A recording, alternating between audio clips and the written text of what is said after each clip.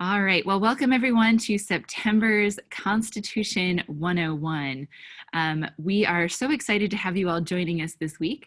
We're always excited to have you join us, obviously, but all the more so because a few days ago we had the 233rd anniversary of the signing of the Constitution. So Constitution Week, which at Montpelier we feel like should be a much bigger national holiday presence than it is.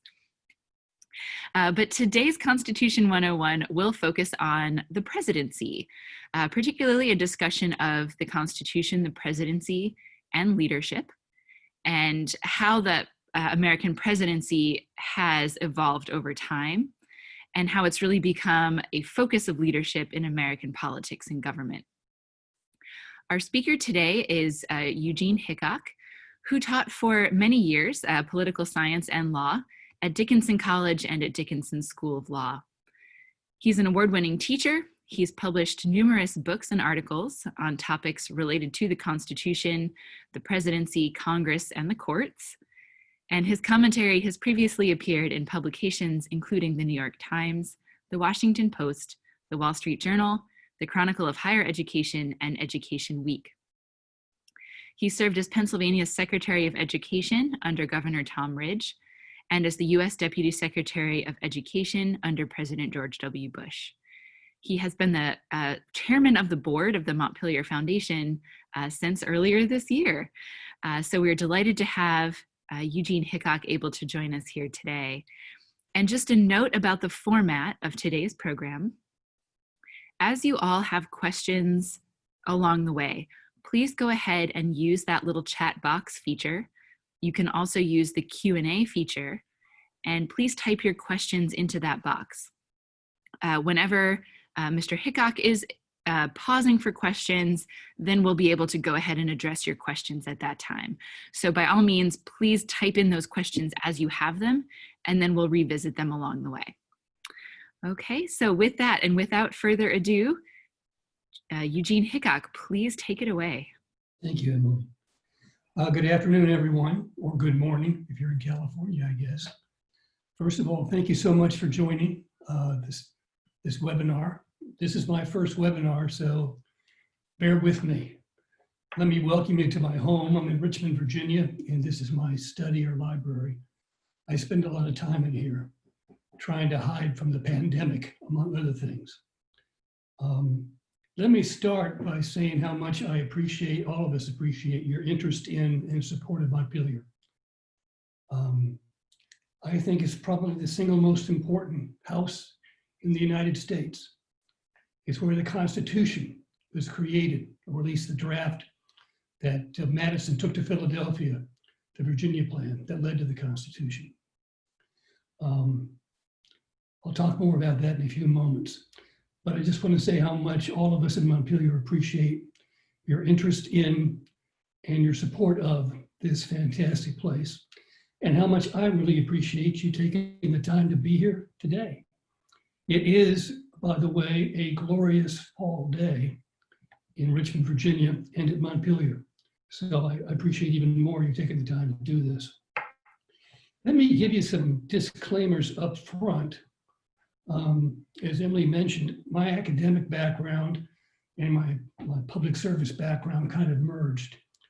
I taught political science and law for a long time, and then was given the chance to work in state and national government for 2 presidents and 1 governor. And it was one of those nice opportunities where you get the theory of the academy to mix with the realities of politics and government. I learned a lot. And I like to think I took a lot of what I learned back to the classroom for my students. So what I'll be talking about today sort of reflects what I've learned in my study and what I've learned in the practice of government. What I want to do is share with you the following. What does the Constitution say about the presidency? What does the Constitution say about leadership? And then how has the presidency evolved over time? And how has that informed and shaped our popular national understanding of the presidency and of leadership? Now, a word about the format, just to comment upon what Emily said. Nothing is more boring than an old man standing before you for an hour and a half or 2 hours lecturing about anything. So what I'm going to do is encourage you to really participate by using the chat and the Q&A. And whenever, don't hesitate. If you have an observation, a question, a concern, measure, put it in there, and we'll make sure we spend time with it. I'd like to have what I call a constitutional conversation. And conversations require listening as much as speaking, and it requires talking back and forth. So please, please, I encourage you to exercise that option as frequently as you want to. So let's get started. Long before there was a Constitution, long before there was an America, there was a sense that there are basically 3 types of governmental power. I don't mean 3 types of government. There are endless kinds of government since the beginning of time. But 3 types of governmental power, 3 ways government is exercised, if you will. One is legislative. For us, the Congress, or your state legislature, or your city council, or your county commission.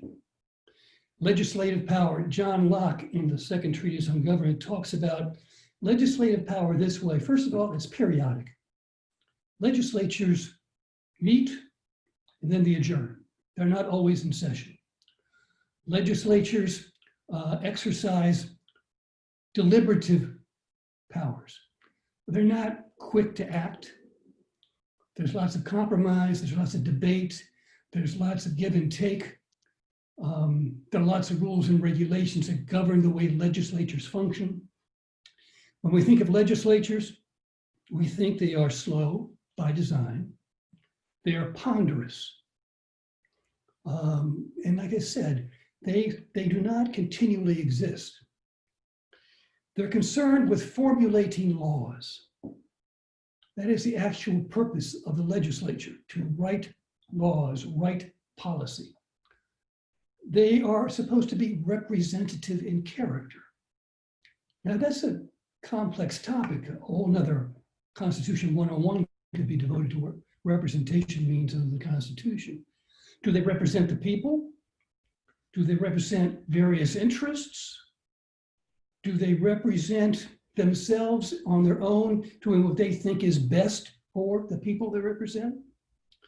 Do they represent the states? You know, originally under the Constitution, the Senate existed to represent the states as states. Now that's very different with the adoption of the 17th Amendment. They're supposed to have points of view, not one point of view. They're supposed to be a voice of the government and of the governed. That's legislative power. Generically speaking, that's what legislative power is all about. Then there's judicial power, a generically different form of governmental power.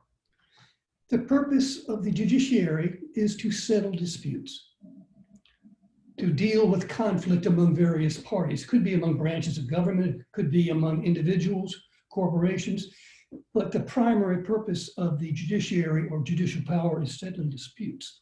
It is about applying the law written by the legislature to circumstances. When the Supreme Court meets and determines whether this particular statute squares with the Constitution, it is applying the law, circumstances to the Constitution. We call that judicial review. Interestingly, unlike legislative power, judicial power can really initiate almost nothing. Courts cannot opt to begin to determine things. They have to react to litigants coming before them, to individuals, corporations, governments have standing to make their case. They cannot initiate the exercise of judicial power. They are representative of no constituent, at least in theory. Courts are supposed to be independent arbiters of the law. They're to represent no individual or any interest group. They're supposed to be disinterested arbiters of conflicting positions. What comes to mind, obviously, is that analogy that everyone uses of the umpire in a baseball game. You're supposed to call balls and strikes and not take sides. The third kind of power, in existence at the beginning of government, generically different from legislative and judicial, is executive power, the subject of our discussion today. Unlike the legislature, unlike the courts, what distinguishes executive power is that it is always in place, to use Locke's terms. The executive never adjourns. The executive power is always in place and is permanent. It is applying, enforcing the law. Its job is primarily to do just that, to apply, enforce, administer the law. It's not deliberative like the legislature, so much as decisive. We'll talk more about that in a few minutes, but it's very important. Executives are supposed to be able to act decisively. Often there's no time for deliberation. We'll talk about today too, as there is in Congress. It is supposed to be forceful, have the authority of power behind it to enforce the law, and a constant presence. You know, I was in the classroom, I used to use this example to explain the character, the nature of executive power. Why is it when we are driving, let's say late at night into a small town with one stoplight, that nobody's around, the streets are empty, but most of us, when we drive up to that red light, we tend to stop. It's ingrained in us. We stop and wait until it turns green, and then we go on. Now, why do we do that? Is it because the town council might do something if we don't? Is it because the local judge or justice of the peace will do something if we don't? Is it because the sheriff or the police might do something if we don't? Well, perhaps all of those, but in the end, I think it's because we're ingrained to believe that we should obey the law. And part of the reason we have that in our very being as a country is because in the end, we know this. We stop because the town council, the legislature, put the stoplight where it is. We stop because a judge might choose to impose a punishment upon us if we violate the town council's statute. But we really stop as well because we're afraid we might get caught. Because the administration, the police, the mayor, the local executive might enforce the law. And it seems like a minor thing, but it's one of the things that really distinguishes this nation from many others. It is ingrained in the American people that laws mean things. Not just that there are consequences, we might get caught, but we abide by the notion that somehow we should abide by the law. And that's the primary responsibility of the executive. Another way to look at it is executive power makes government happen. Think about that. Legislatures don't make government happen. Laws mean nothing in the absence of their implementation and enforcement. Congress can write public policy till the cows come home. If it's not going to be implemented and enforced, it makes no difference.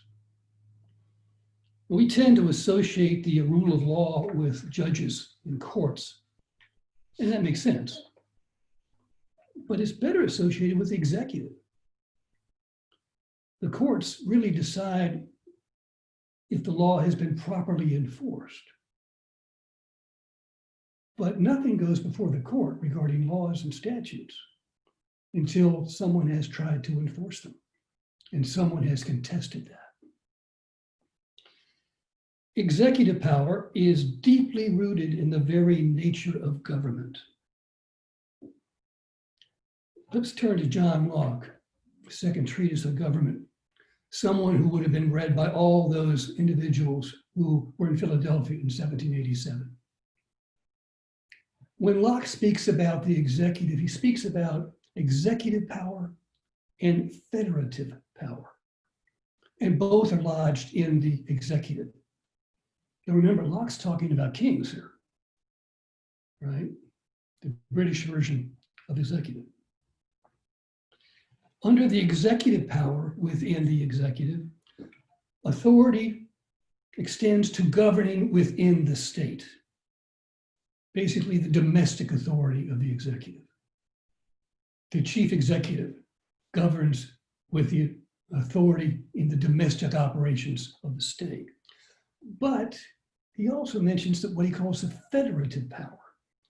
The executive authority extends to governing the state's relations with other states, foreign policy, international relations. Locke makes the observation, and it's pretty interesting, frankly, if you look at contemporary world politics. The executive operates within the state with the rule of law and authority. He operates among states in a state of nature. His argument being, Locke's argument being, that there are rules in place domestically that executives abide by and enforce. Those rules are not in place among nations. Now, this is long before the huge development of international law, but even those who understand international law recognize that it doesn't have the standing that many other laws had domestically. So the important point here is that Locke argues executives are deeply involved in foreign affairs. It is part of the nature of executive power. Now, this is all political theory. There's Locke, there's Montesquieu, who talks about separation of powers and checks and balances. There's Blackstone, Hobbes. Theory Madison and his colleagues in Philadelphia would have understood and paid attention to, would be in the back of their minds because they learned this in their education. But this wasn't all about theory. There was a real practical concern when they gathered in Philadelphia. A concern with structuring a government that works. A concern many of us share today, I think, frankly. Structuring a government that works. It's a very practical concern. I've always admired Madison's intellect, and he was a scholar. But at base, he was also a very practical politician. So he arrives in Philadelphia in 1787, having done his homework, spent years studying and looking at the world around him and looking at the government around him and understanding we need to design something that will work. They had met earlier in Annapolis, a number of delegates, and were bemoaning the fact that the Articles of Confederation didn't seem to be functioning well. And they resolved in Annapolis to meet again in Philadelphia the following spring, summer, to look at how best to alter the Articles to provide for national government. The goal was to, quote, revise the Articles of Confederation. That's important. They did much more than that. And one of the things Madison did between Annapolis and Philadelphia was spend time in person and with correspondence with George Washington, because he was convinced that Washington's presence was necessary for a Philadelphia Convention to be successful.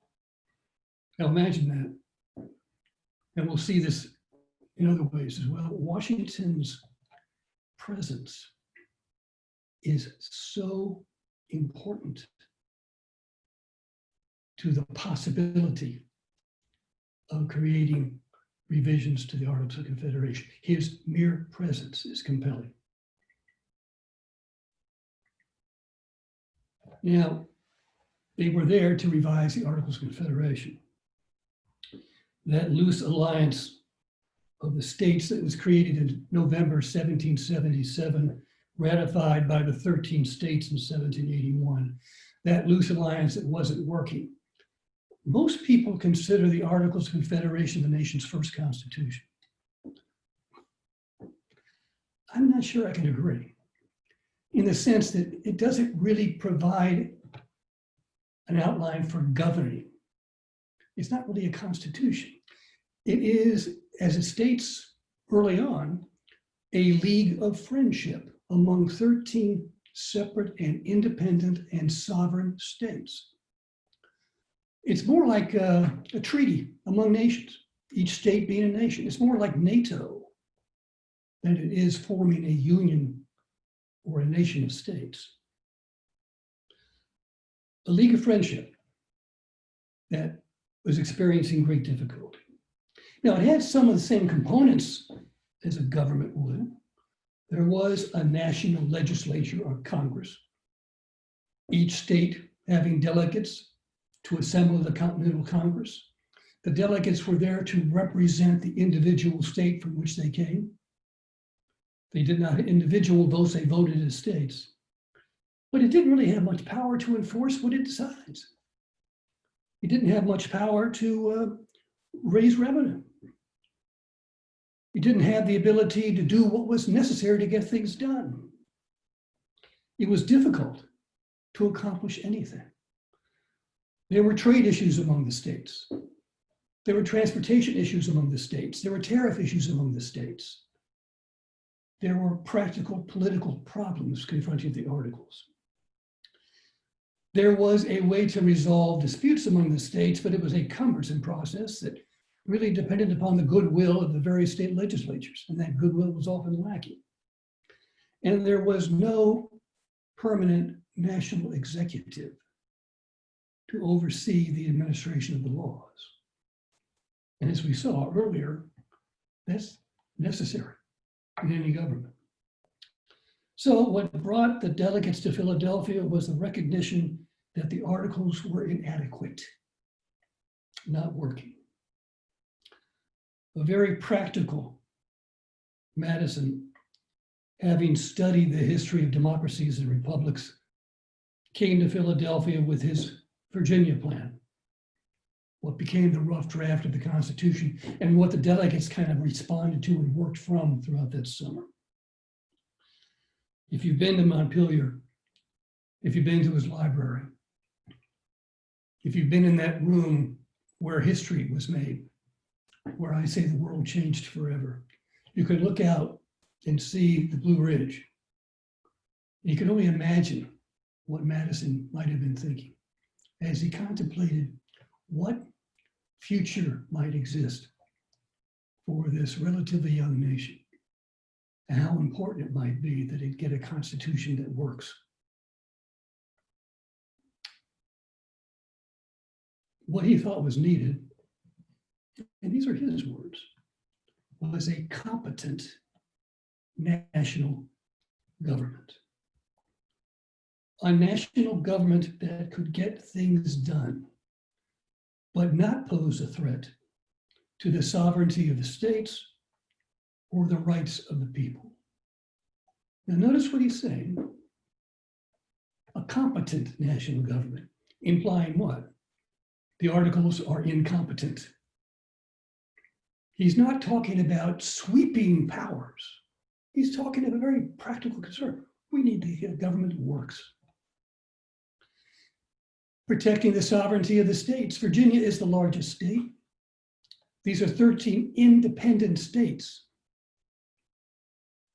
each possessing their own sense of sovereignty, each having their own constitution, their own 3 branches of government. They've been in place since the Revolution. And far be it from Madison or anybody in Philadelphia in 1787 to merely discard that fact. However, the challenge was, how can we respect that sovereignty, and at the same time create a national government that works. And one that protects the rights of the people. I mean, we fought a revolution to secure the rights of the people. Every state constitution prior to the national constitution had some sort of statement on the rights of the people to be protected by the state. The framers in Philadelphia were very concerned about securing the rights vis-a-vis of any government of the people. So summarizing, what they wanted was a competent but limited government. Hence, separation of powers, checks and balances, hence a written constitution. I think that's important. Get it in writing so it can't be ignored. We look at it today as that document of the National Archives, but the goal here was to make sure that because it's in writing, it cannot be ignored. Because it's in writing, it gets in the way. It's supposed to get in the way. We're supposed to pay attention to it. A written constitution delegating certain authority, certain powers to the national government, and all others remaining with the states. It's interesting. This was not a revision of the Articles of Confederation. They exceeded their mandate almost from day one, when the Virginia Plan is thrown on the table by the governor of Virginia, Randolph. That's the debate. It's not revising the articles. It is creating a new government, and with it, a new understanding of government.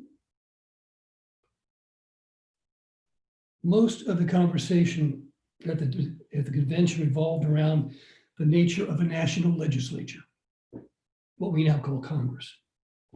That consumed a lot of the time. They debated what this legislature should look like, what powers it should have. Why two chambers? Representation of the states, representation of the people. That's all in the Constitution. Article 1. Article 1, Section 8 outlines the powers of this Congress. It's a long list. Article 1, Section 9 outlines powers denied to this Congress. Section 10, powers denied to the states. Article 1 is a lengthy list that comprises all that we delegate to the National Congress and deny delegation to the National Congress and to the states. It is the longest article of the Constitution. It is the one that receives the most scrutiny by the Supreme Court. It is the one that members of Congress turn to when they say they have the constitutional authority to act on something. And these are delegated powers by the Constitution to Congress, and they are enumerated powers. When the delegates turned their attention to the idea of a national executive, they had a few things in mind. First of all, they had a sense of what executives do. John Locke, Montesquieu, Blackstone. They had a sense of what an executive power looks like. They knew they needed an executive at the national level, and they needed a strong, powerful executive, but not too strong. We had a strong, powerful executive in Great Britain. Didn't work out. They looked at examples among the states. Not much there to help. Among the states, legislatures tended to dominate under their state constitutions. The states were wary of strong executives, quite obviously. So in most states, it was the legislature that constitutionally had most authority, with one major exception, and that was New York, where the governor had extensive executive authority. So they did look at the example of New York structurally. They looked at examples from Europe. After all, that's their schooling, that's their heritage. They were looking for something like a king, but perhaps without the kingly accoutrement. They looked at how do you choose an executive under this new idea? How long should an executive serve? Should the executive be a committee of people? In some states it was. A single person? These were all the questions that they dealt with. But they didn't spend a whole lot of time on the very idea of what is executive power.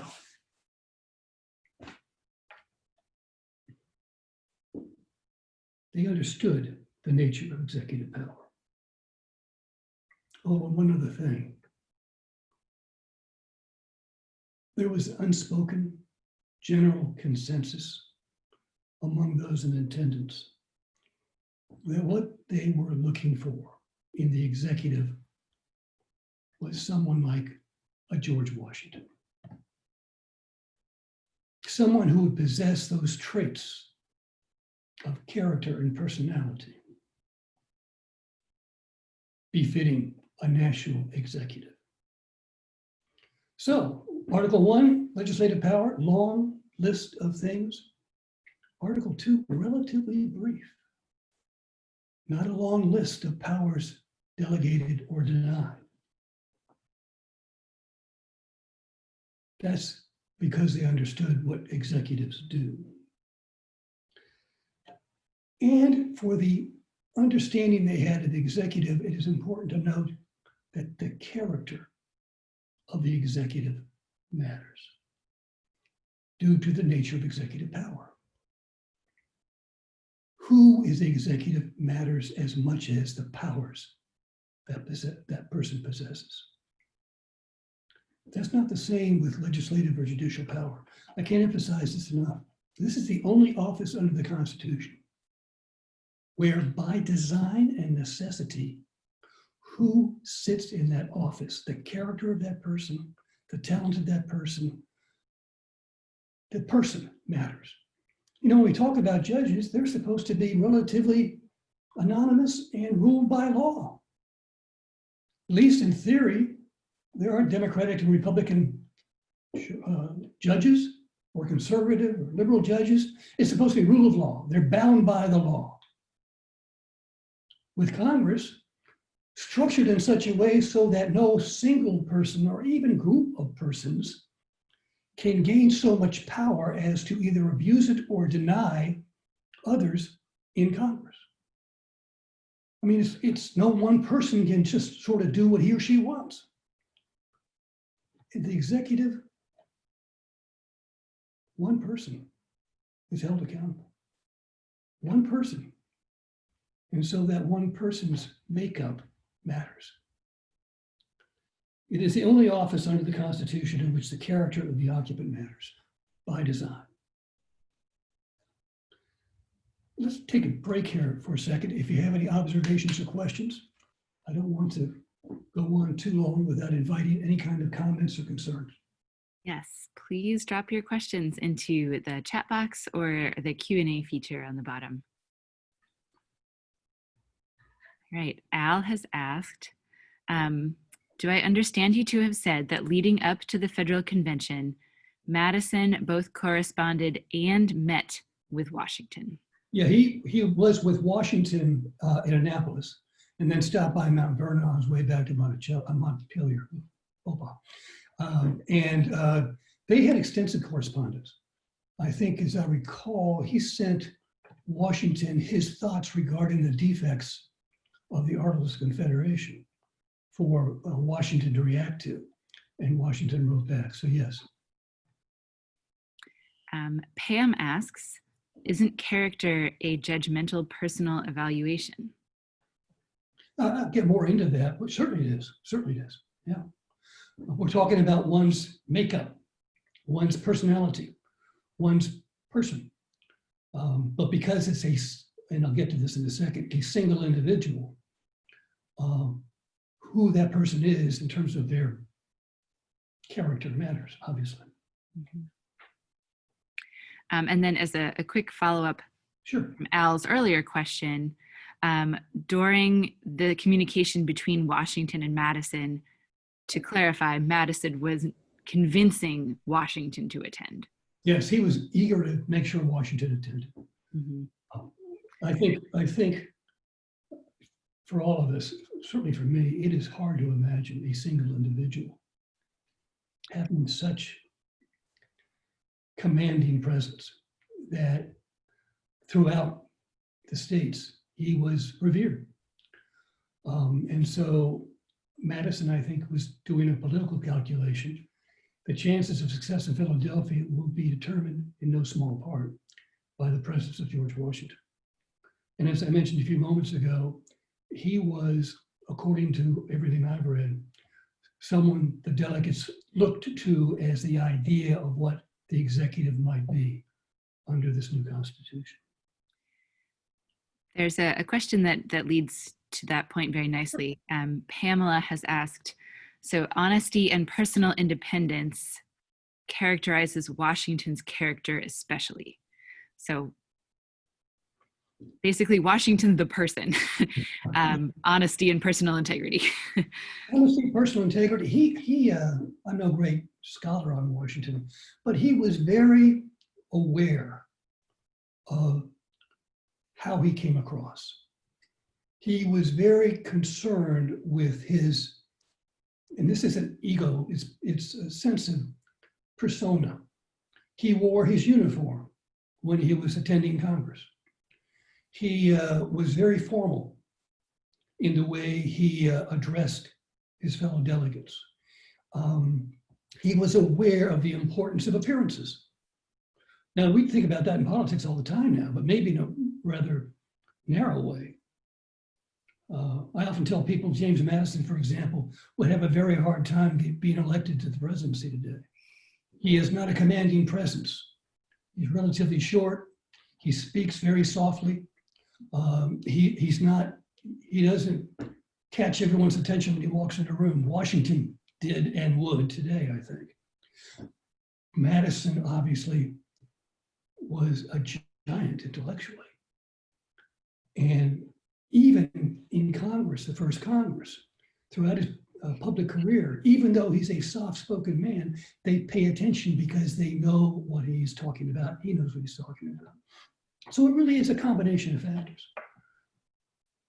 I want to turn to a little bit more about the nature of the executive, because now we're going to get into some arguments in the Federalist Papers. For those of you who are not familiar, the Federalists were written, we now know, by Madison Hamilton and John Jay. And they appeared in the press, New York and others later, New York press, to try to convince people to ratify this Constitution. So it was a series of essays that appeared in the popular press. It is hard to believe today that people spend time reading them. They can be ponderous. I've always forced my students to read them. That does not win me any popularity contest. But I do think it's important to get a sense of the arguments they prepared in support of the Constitution. If you look to the Federalist Papers, the ones that deal with the executive are written by Alexander Hamilton. And he talks about the need for energy in the executive. I'm quoting. Energy in the executive is a leading character in the definition of good government.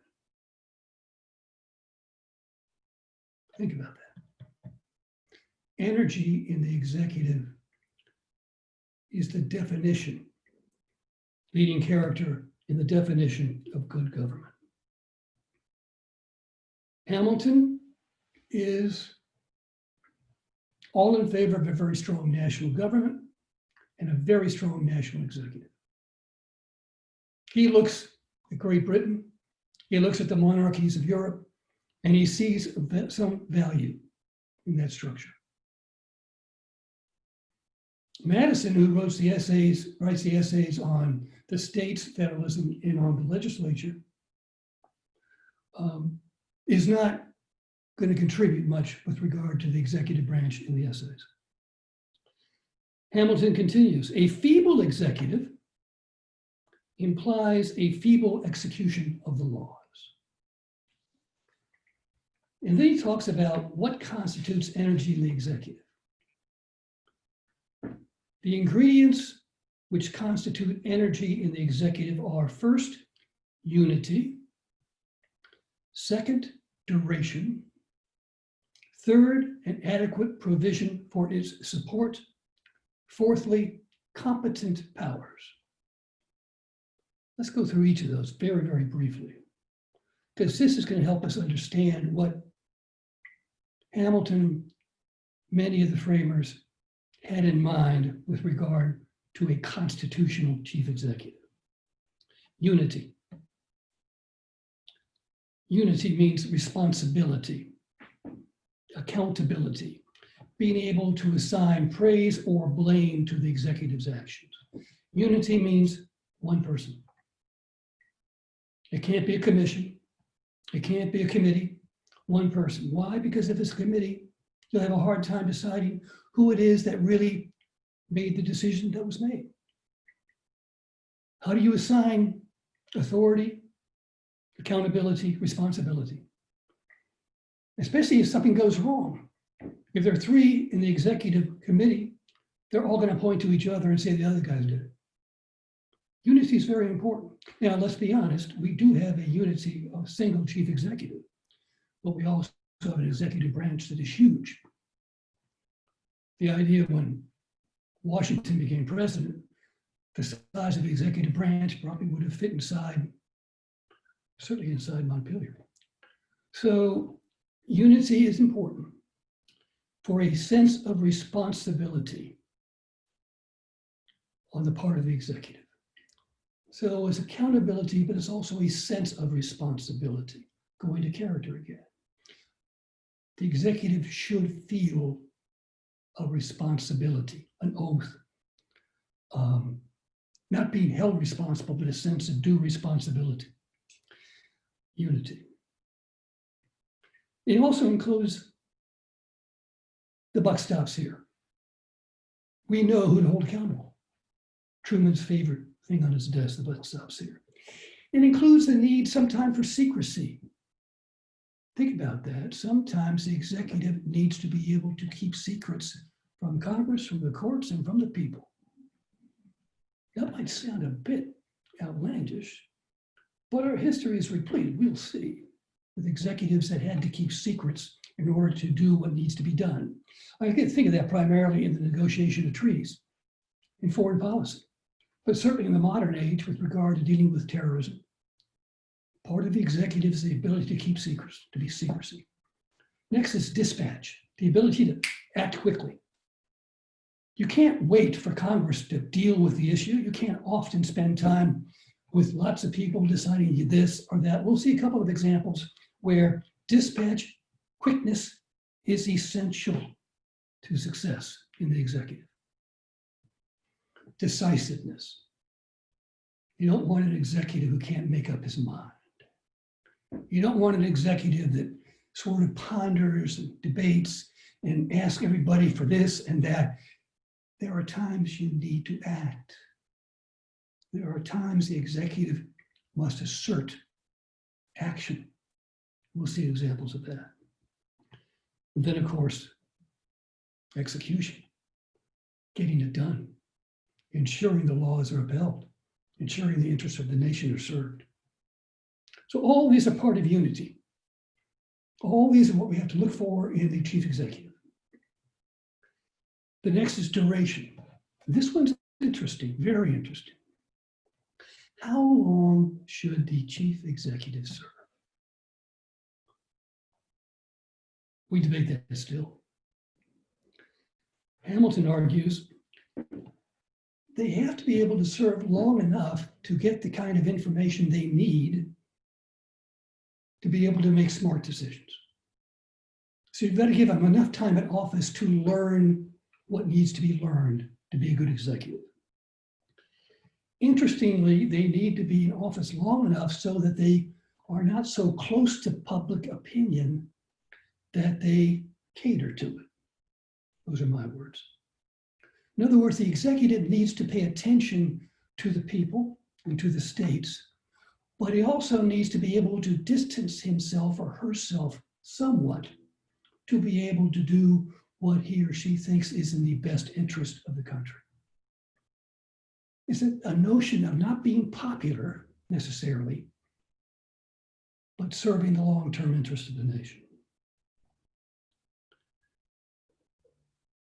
Long enough to be able to see beyond the current flow of events. You get elected, well, I'll argue in a minute, selected, and then you come into office and you're immediately taken with the fact that you've been chosen for this office. You feel humbled by it, you feel obligations to it, and you need to be able to settle in, but not so long that you can have a will of your own, that you can assume certain authorities because what are they going to do?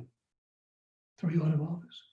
So there's a balance that needs to be in place, a gentle dance. Now, we come up with a House, members of the House serve 2 years, and then they have to run again. And the entire House is up every 2 years, at least in theory.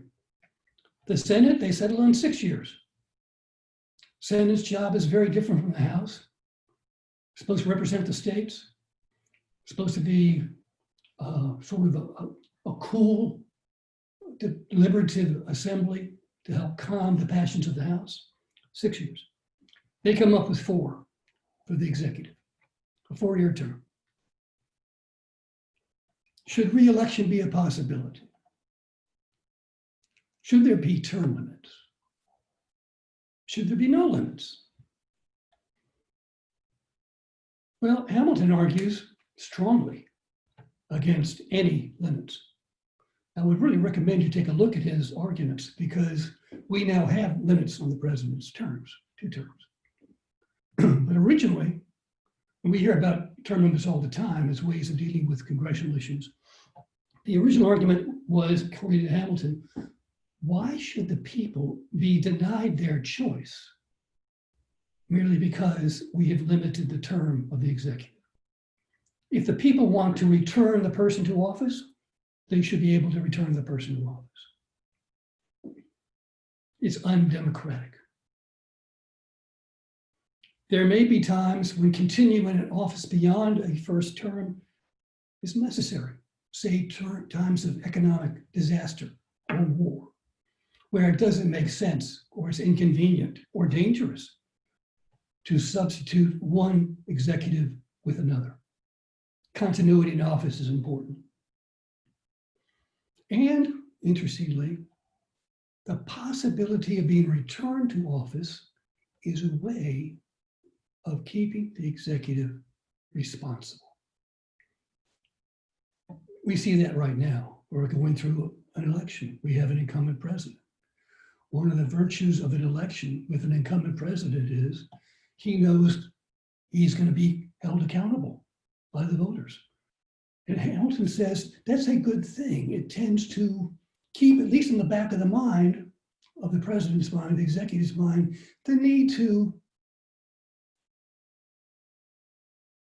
act responsibly.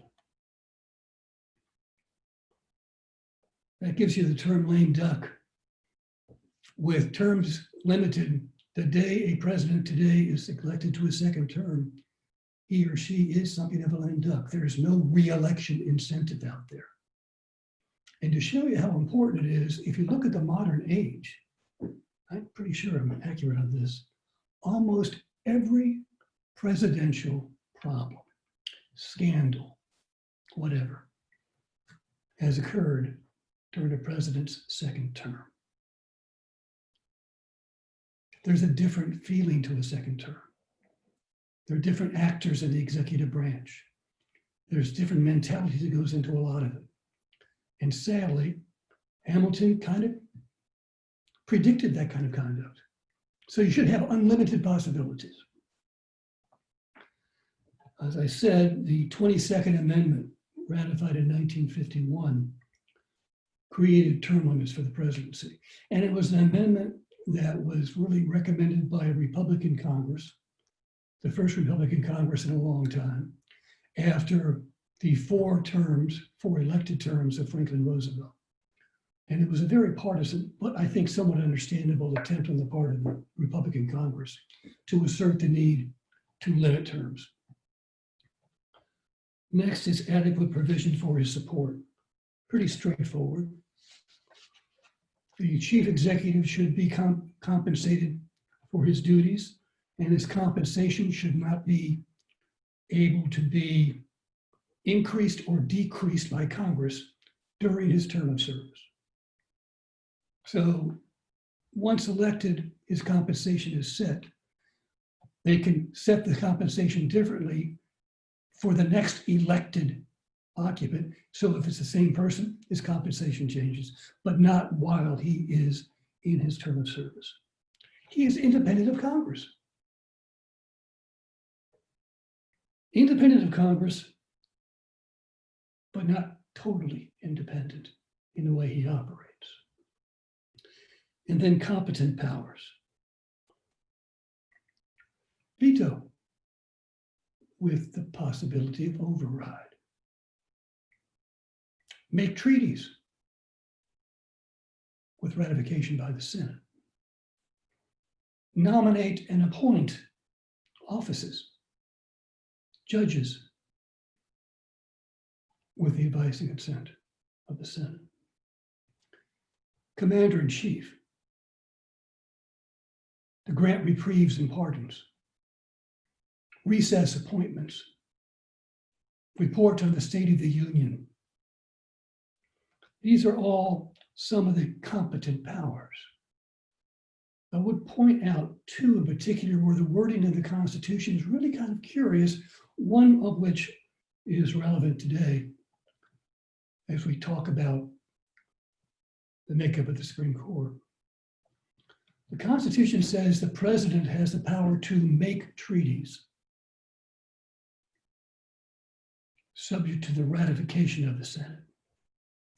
That's interesting. The treaty-making power is an executive power, but it has to be ratified by the Senate to become the law of the land. It's an important distinction, as opposed to the Appointments Clause, which basically says presidents can nominate and by and with the advice and consent of the Senate appoint. The appointment of judges is a shared power by the president and the Senate. He can nominate or she can nominate anyone, but appointment is a shared power. And you're going to hear a lot about that in the coming weeks, obviously, because the Senate, which will be in charge of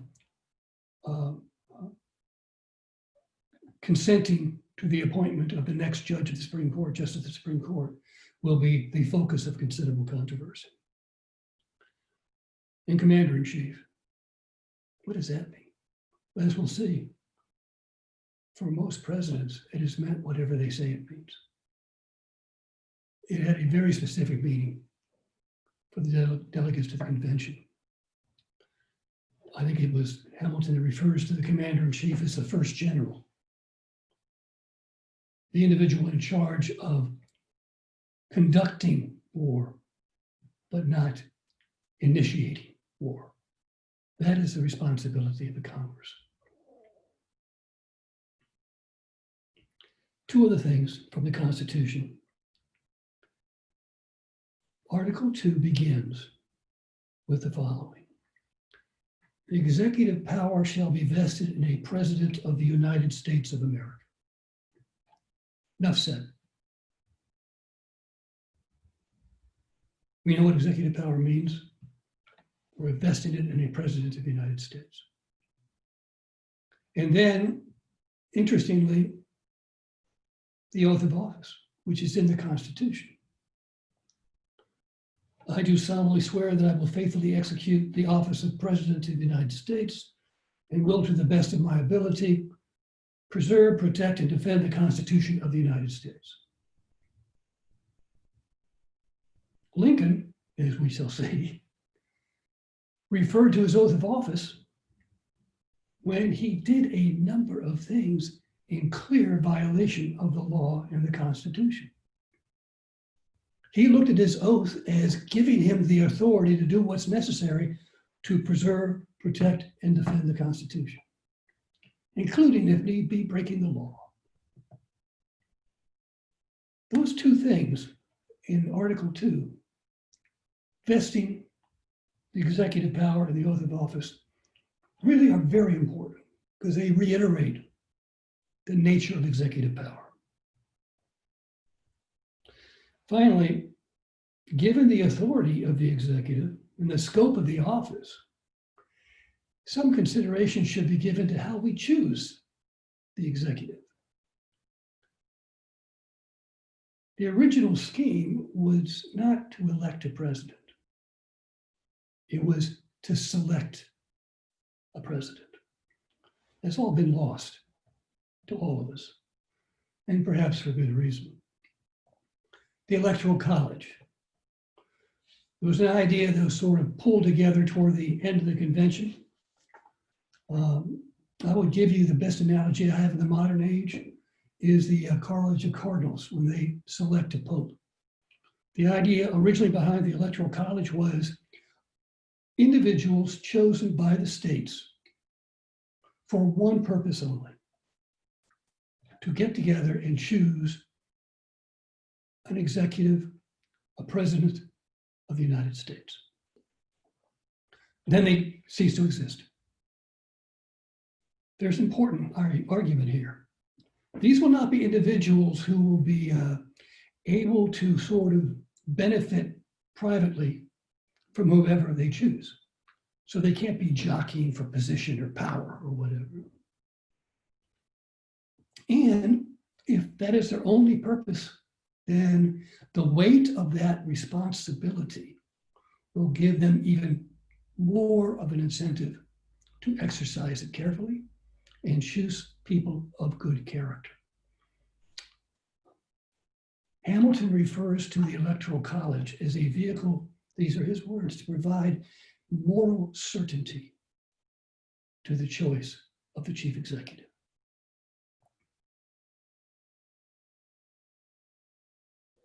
States choose the electors meet, choose a president.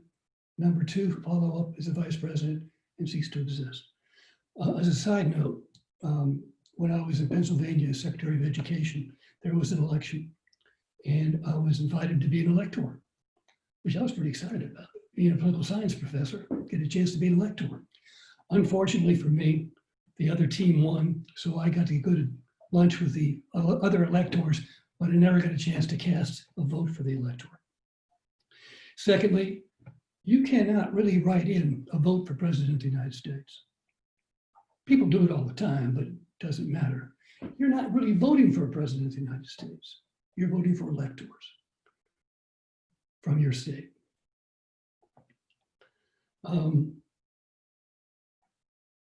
The 12th Amendment to the Constitution, by the way, formalized the idea of a presidential ticket. And quite early on in the history of this country, as political parties emerge, as congressional caucuses emerge around parties, the Electoral College system, as originally understood, pretty quickly disappears. And it becomes really more of a function of parties in popular election. What did those who created the office expect from the office? As I said, Hamilton, kind of the idea of a monarch. His critics often referred to him as a monarchist. Madison, interestingly, saw the office, referred to it as the chief magistrate, the chief clerk, writing in the Federalist Papers, for example. James Wilson of Pennsylvania, one of the eminent legal scholars in the early republic, one of the primary architects of the presidency, modeled the office after the governor of New York, overseeing the departments of government, but separate and apart from the other branches of government, presiding over the government, hence president. The history of the office suggests it is in part defined by the occupant and in part, the office defines the occupant. Let's take a break for some questions or comments. I think we've been going for about an hour. Yes. Well, you've done a great job. You have addressed Donna's question about advice and consent in Article 2, Section 2. So good work there. We have a question. If Madison were alive today, would he think the Electoral College is the best way to elect a president? I always hesitate to put myself in Madison's shoes or anybody else from those days. I don't know if he'd support the Electoral College. I think what he would be somewhat disturbed by is the way we elect presidents. So not so much Electoral College as, and I'm thinking about just the current environment, not the two people running, but the way it is fed with lots of campaign ads and lots of money and lots of interest groups and lots of noise and lots of media.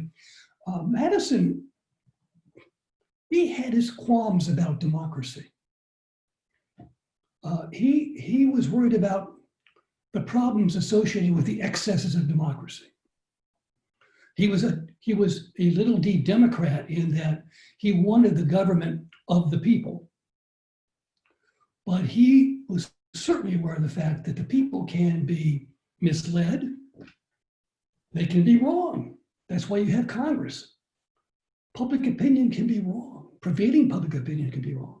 So Madison's a little nervous about the excesses of democracy. And right now, with popular elections the way they are, I think he would look at it and go, told you. You need to calm people down. You need to think this thing through. Again, that's me interpreting him. It's tough to do that. Well, this ties nicely to Roy's question. Do you feel social media and the immediacy of the internet in general has limited the ability of the president from separating himself from public opinion? I think it has limited every elected official at the national level. Difficult to separate himself or herself from public opinion. And that's important. It's hard to be a deliberate assembly like Congress is supposed to be if you have your eye on the polls and on the media every minute. It's hard to be able to deliberate issues candidly when you know everything you say can be reduced to sound bites and will be. The modern age has made self-government, ironically, more difficult than ever. Really. Now, that's not an argument that we should turn off all this stuff. Really, it's an argument for people who get elected to sort of have the courage to distance themselves a bit,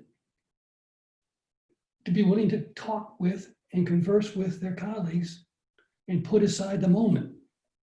I always make the distinction between popular government and popularity in government.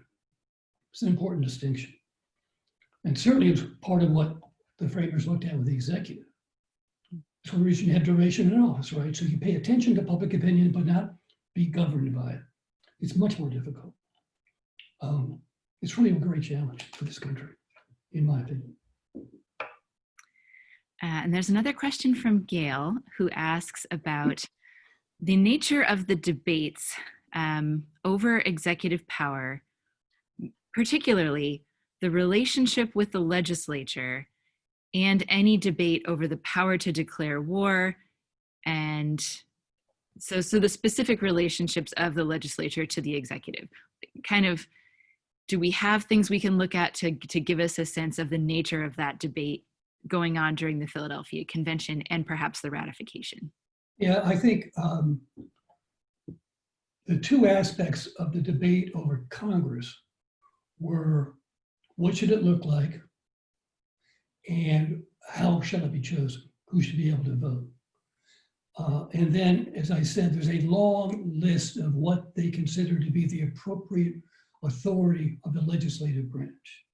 They specifically lodge the power to declare war in that branch because it is the single most,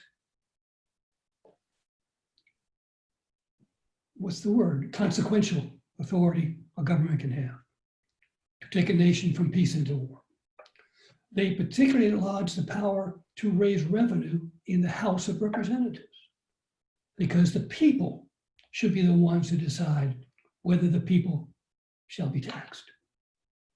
They put those powers on ratification and confirmation in the Senate, because the Senate has longer terms, represents the states, and therefore can look to these longer sets of perspective when looking at treaties and nominations to high office. So again, those are very specific things, and they have to do with the nature and character of the two chambers. The debate over representation, as we all know, was pretty difficult, and it ends up with the 3/5 compromise with regard to slaves. I call that the tragic flaw of the Constitution. We continue to pay the price for that. As I understand, I think I'm right about that, the compromise was the product of compromise between James Wilson, Pennsylvania, and Pierce Butler of South Carolina. And in many ways, it made it possible for the convention to continue to proceed. Sadly, it also made inevitable, I think, the Civil War. And thankfully, the 14th, 15th, 16th, 13th Amendment, Civil Rights Acts of the 1960s, et cetera. We have a long way to go. But anyway, to answer your question, those are very direct things, very direct things. They, again, this is a view from a long time ago. They did not conceive of the notion that a president would have the authority on his or her own to initiate conflicts with other nations, except for in defense of this nation. We'll get into that in a few minutes too. All right, this might be a shorter one. Had the idea of term limits for the House ever been considered, either during the Philadelphia Convention, and how have the viewpoints may have changed since then? Oh, it's interesting. There were term limits to the makeup of Congress under the Articles of Confederation. So the idea had been invented, obviously. And of course, Hamilton talked about no term limitations for the president. I do not recall discussion of term limits, at least not much discussion of term limits. Because one of the things they're worried about is making sure that we have a strong enough national government to get stuff done. Mm-hmm. And they looked at the legislatures in the states and saw all kinds of weaknesses. So I think they were more concerned about whether we should have two houses, what the two houses should be able to do, and should the president be chosen by Congress or be independent. There's lots of talk of term limits now. That would require, I think I'm right about this, and I kind of disagree with the court, but years ago the court said that a state cannot impose term limits on its members of the House or Senate. That's what the court said, so I guess we gotta go with it. It requires a constitutional amendment. Let's talk about leadership for a second. Interestingly, leadership is not a word that comes up much in the discussions, in the writings of those who created the Constitution. I have read the Federalist Papers so many times, so many different copies. I've looked in the glossary, I've looked in the notes. Leadership's not even mentioned. So leadership is something that we look to, but I don't think it was first and foremost in the minds of those who created the presidency. Indeed, it could be argued, the Constitution was created in part, as I just mentioned, to temper popular impulses, to temper popular passions, to help ease the problems associated with the excesses of democracy. The institutional mechanisms of three branches of government makes it difficult for any individual or group of individuals to emerge as leaders. The selection system that was structured to make it difficult for popularity to be part of the chemistry that goes into choosing the president. The president can lead the government, preside over the government. But the idea of sort of a national leader, what we've come to think of is just so essential to the presidency. A leader of the people, of the country, of the nation, is not that strong. Again, I say, Madison referred to the chief magistrate, the chief clerk. Now, if this is the case, if I'm right about that, why is it that Americans have come to look upon presidents for leadership and to judge them on how well they lead the nation? More importantly, what does history teach us regarding the presidency, the Constitution, and leadership? It makes sense that the nation's chief executive is the focus of our national popular attention. Given the nature of executive power, given the focus on a single individual, it's always easier to pay attention to the single individual than it is to a group. There's a reason the Declaration of Independence points to the king when they list all the abuses that really originated from Parliament, not the king. Easy to focus on a single individual, unlike a group. The growth of government. Government now speaks to every aspect of our lives. It just makes sense that we pay attention to who's in charge of government, because that person has such a vast impact upon all of us all the time.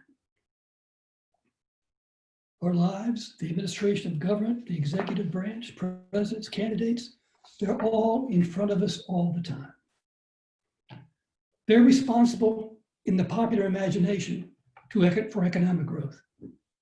They're not, Presidents cannot wave a magic wand and create jobs, make the stock market go up or down.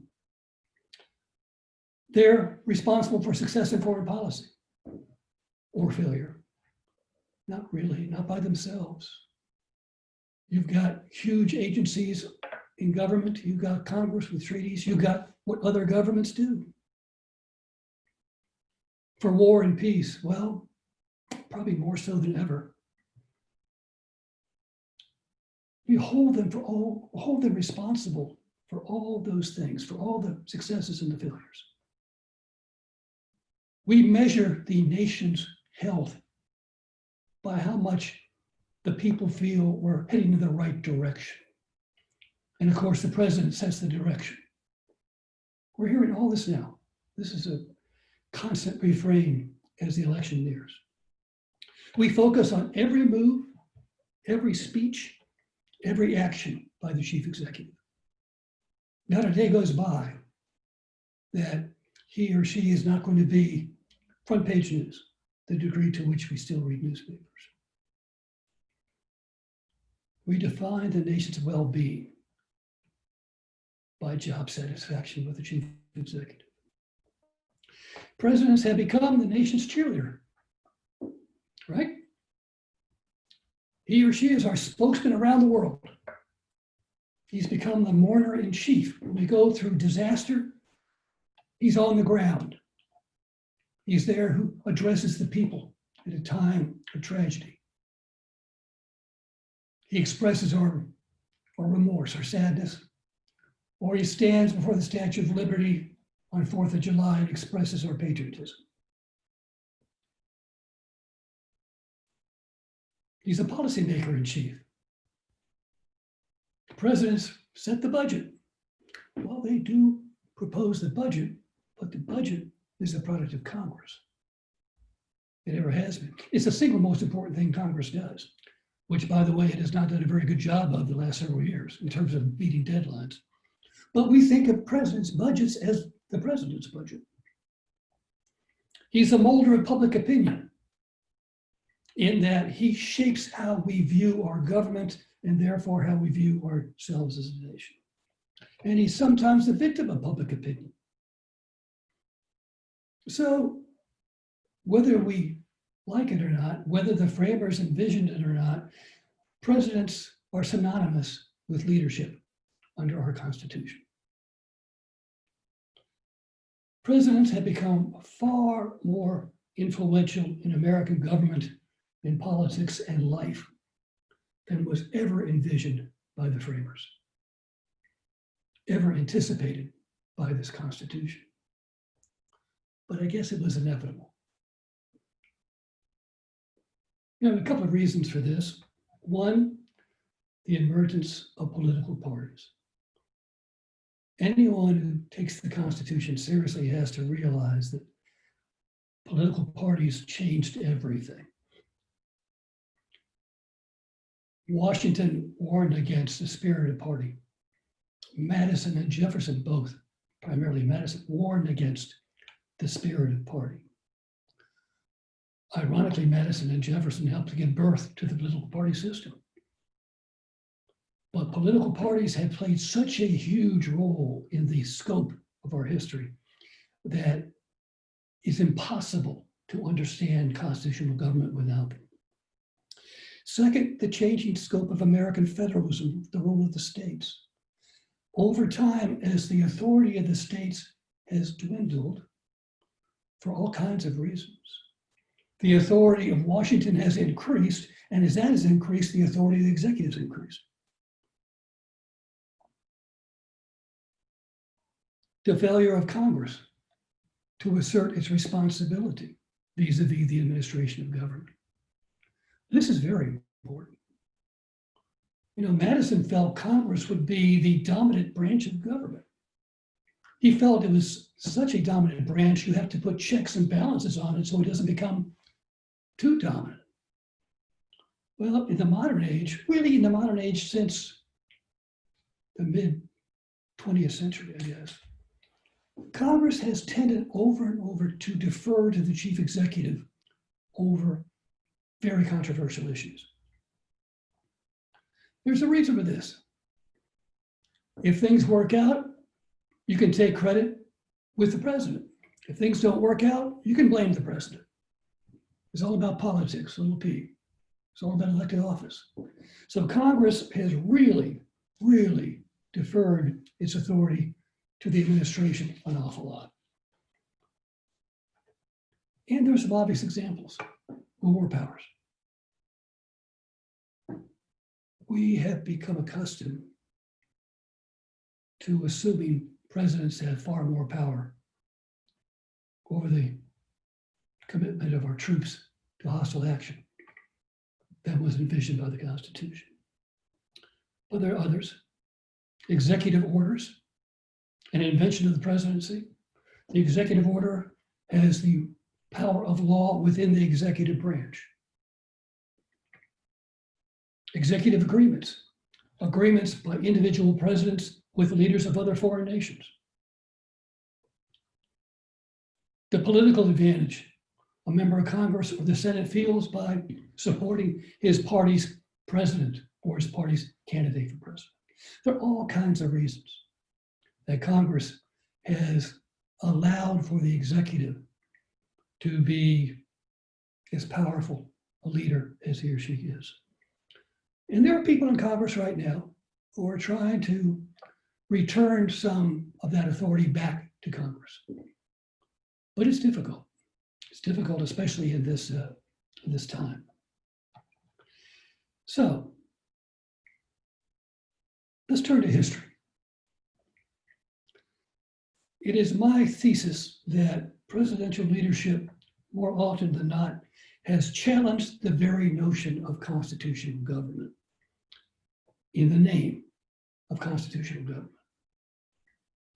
Sometimes to the betterment of the Constitution and the country, sometimes to the detriment. I'm going to take a look at several occupants of the Oval Office, actually before there was an Oval Office as well. And I want to give you some context. Years ago, political scientists came up with the notion that you can have active presidents and passive presidents. Look at what they do in office and try to put them in sort of categories to get a sense of their character in that sense while in office. Active and passive. Positive presidents, those who instill a positive vision. I think of of Roosevelt during the Great Depression, and negative, people who occupy the office and really are more anti than they are pro. What happens when policy collides with the Constitution? What happens when partisanship or politics collides with the Constitution? These are questions you might want to ask when you look at the history of the office, because you'll find some interesting things. Let's turn first to the first occupant of the office, Washington. Now remember, these are snapshots. I can't look at the entire term for these individuals, but I'm trying to get a sense of what happens when leadership in that office runs up against the Constitution. Washington's in office, and there's a war between France and England. Congress has power to declare war. We know that. Hence, some argue Congress has the power to not declare war. As one member put it, Congress has the power to move the country into a state of war or into a state of peace, neutrality. The executive, however, as we know, is the primary actor in foreign policy. That's the nature of executive power. Vis-a-vis treaties and ambassadors, and just the nature of executive power. A constitutional debate emerges, a valid constitutional debate within the administration of George Washington. It's driven by politics. There are those in Congress and in the administration who would like to have the president support Great Britain in the hostile actions with France. There are those within Congress and the executive branch who would rather have Washington support France. Washington is torn. Hamilton, Secretary of the Treasury, Jefferson, Secretary of State, clash. That old notion that politics stops at the water's edge with regard to international affairs, but it didn't in the Washington administration. It was front and center. So he asked for their opinions. They go back and forth. In the end, Washington declares neutrality in the European conflict. It firmly establishes the authority of the executive branch on foreign policy. In his farewell address, he continues with his own comments about the importance of being wary of alliances with foreign powers, in part because of the experience he had of having to deal with the issue of neutrality. One other thing to remember about Washington, not properly appreciated, he steps away from office. He could have been a king. He exercised judgment to step away from office. And that set the stage for most of the presidency going forward.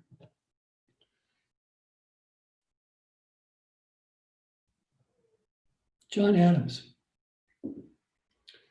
Adams is the second president.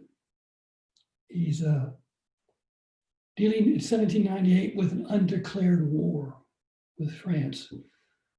Congress passes laws aimed at dealing with immigration, sounds familiar, suppressing acts of violence, and suppressing opinions opposing actions by the federal government.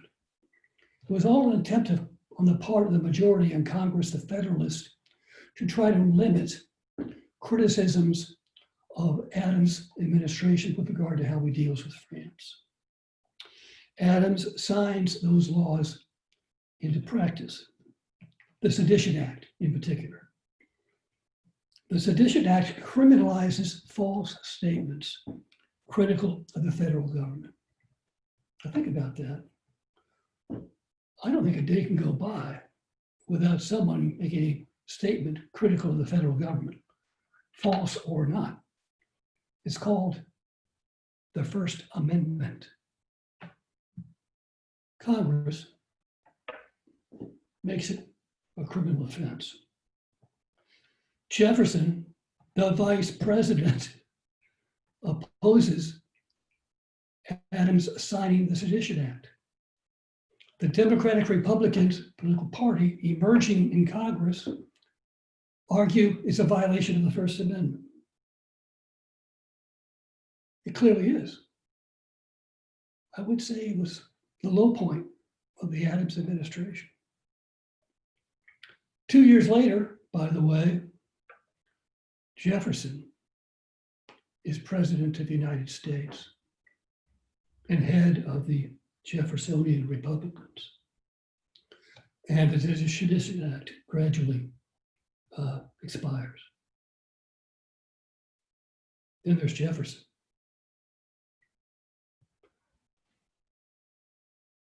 Jefferson comes to office after selection by the House of Representatives. After the, I can't remember, 39th ballot, I think. His vice president was second in votes received. In office, there is growing concern about the security of the nation in the Western territories. There's worry about protecting the Mississippi River, irrigation, the city of New Orleans, Florida. They're worried about national defense.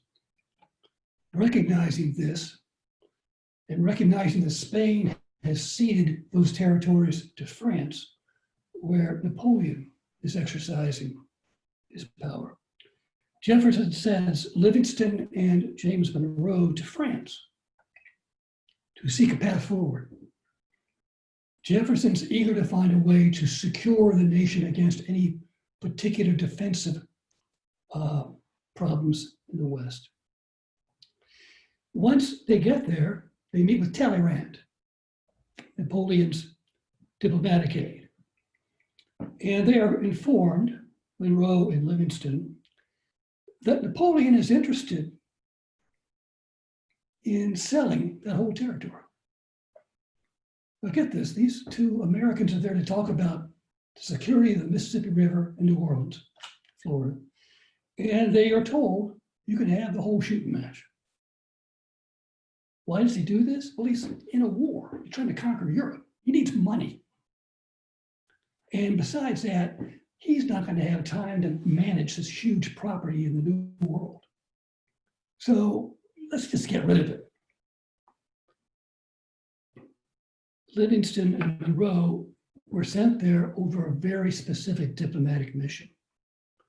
They did not expect this. They don't know what to do. Here's Napoleon giving them a bargain. They make the decision. Think about this. They make the decision on their own to buy Louisiana for $15 million.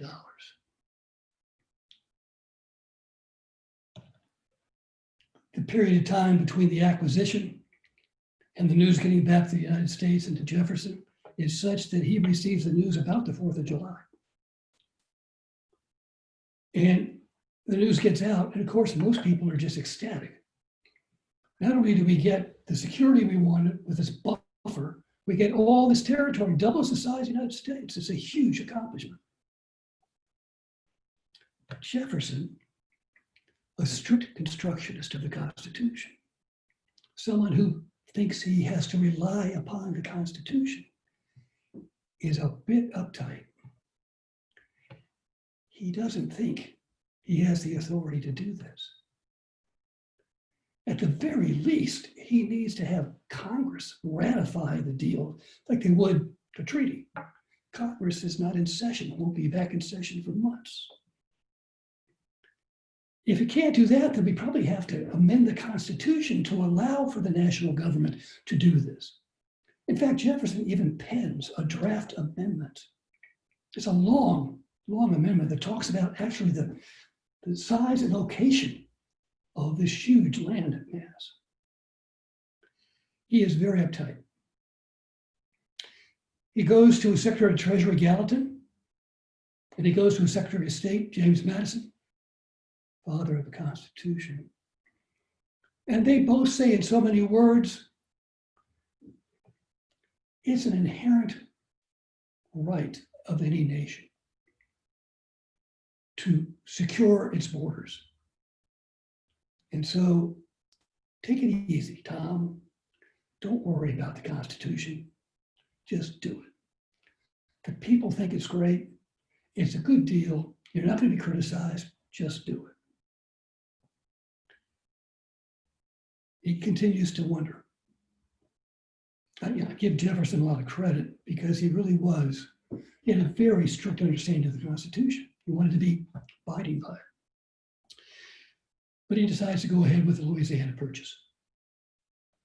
Doubles the size of the country, but certainly a questionable act under the Constitution. A great example of politics and policy running up against the Constitution, at least in Jefferson's eyes. Then there's Andrew Jackson. I think of Jackson as the first modern president. That may seem unusual. It's the 1830s after all. But Andrew Jackson, heaven forbid, he actually campaigns for office.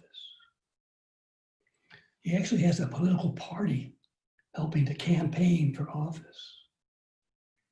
He's looking for votes. He's a populist. He's right out there talking about what the people need, what the people want. He's got a system of supporters. And so he is really the first modern president. He's not just standing for office like Washington or Adams or Jefferson or Madison. He is actually campaigning for office. He introduces, once he's elected, the spoils system, whereby he rewards his supporters with government jobs, right? It's huge patronage. The spoils system is created by Jackson. He's such a populist that he invites everyone to the open house at the White House on Inauguration Day. And the White House becomes such a mob that in the end, he has to let himself out a window to get away from the mob. He also governs against the elites. And the elites are epitomized in Jackson's idea by the National Bank. He campaigns as a policy issue against the National Bank, saying that is an elite institution that undermines the authority of the people. He even picks upon the guy in charge of the bank, Nicholas Biddle, castigates him as a Philadelphia, Pennsylvania snob. The problem is the National Bank is constitutional. The Supreme Court said so. Jackson says, I don't care what the Supreme Court says. I took an oath to protect and defend the Constitution, which means I have my own understanding of what the Constitution means. Think about that. Think about that. A president saying, the court can say what it wants. I say what I think the Constitution means. He tries to destroy the National Bank by not depositing money in it, defying the will of Congress. And again, rather than talk to Congress about it, he talks to the American people, which outrages members of Congress, because up until that time, presidents spent their time talking to the legislature, not directly to the people. In the end, he is censored by Congress because of his actions. Jackson is changing the nature of presidential power in this one act. This one act over the National Bank, and in the way he uses his popularity to enrich his authority. Then there's Lincoln. The story of Lincoln is familiar to most of us. After his election, he had to be secretly brought into Washington. Upon assuming office, as the discussion of secession heats up, he refuses to recognize the Confederate States as not members of the Union. He makes the argument that really what's going on, that hostilities that have commenced were the product of organized citizens in the various states, exercising their authority. He felt that this was not official action on the part of those states. Obviously it was. But he knew that if he recognized the Confederate States as having been duly formed by those states, he could not rationalize his actions as defending the Union, because the Union was already gone. So he used what legal lawyers might call legal fiction, saying this was independent action by citizens, not of the states. He also felt that if there are going to be hostilities, it has to start with the South. It has to be seen as commencing by those individuals in the South. Of course, Sumter happens. And with days, if not hours, he takes action. He calls forth 75,000 state militia in service to the United States, later increasing that to 90,000. He orders a blockade of southern states, southern ports, without a declaration of war by Congress or any congressional authorization. He suspends the writ of habeas corpus by ordering people suspicious of being complicit with the South to be jailed with no warrant and held there with no representation. His goal was to make sure that as the conflict begins, the capital city is secure and that the national government is prepared to put down the insurrection. Congress is not in session. He has to do something. With regard to habeas corpus, Roger Taney on the Supreme Court, in a famous case brought by a guy named Merriman in Maryland, finds that the writ of habeas corpus cannot be suspended by the president and orders that this individual be released from prison immediately. Lincoln ignores him. Imagine a president ignoring a judicial decree.